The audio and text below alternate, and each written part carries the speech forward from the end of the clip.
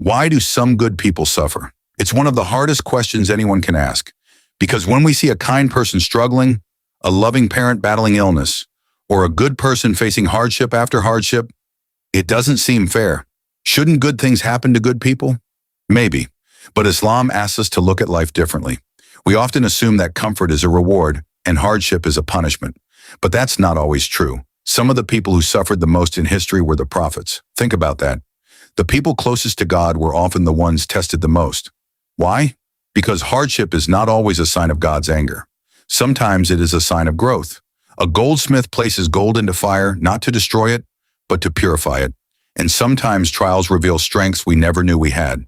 Patience, courage, faith, resilience. Qualities that often remain hidden until life becomes difficult. But Islam goes even deeper. It teaches that this life is not the final measure of success. If this world were everything, then many injustices would never be explained.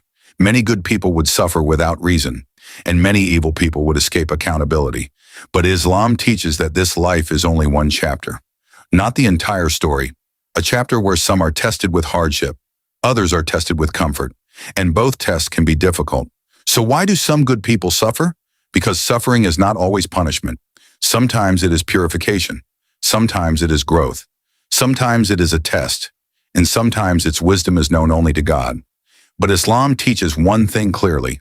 No pain is wasted, no tear is ignored, and no act of patience goes unseen. The story isn't over yet, and neither is the justice. This is NurTalks. Please like and subscribe for more.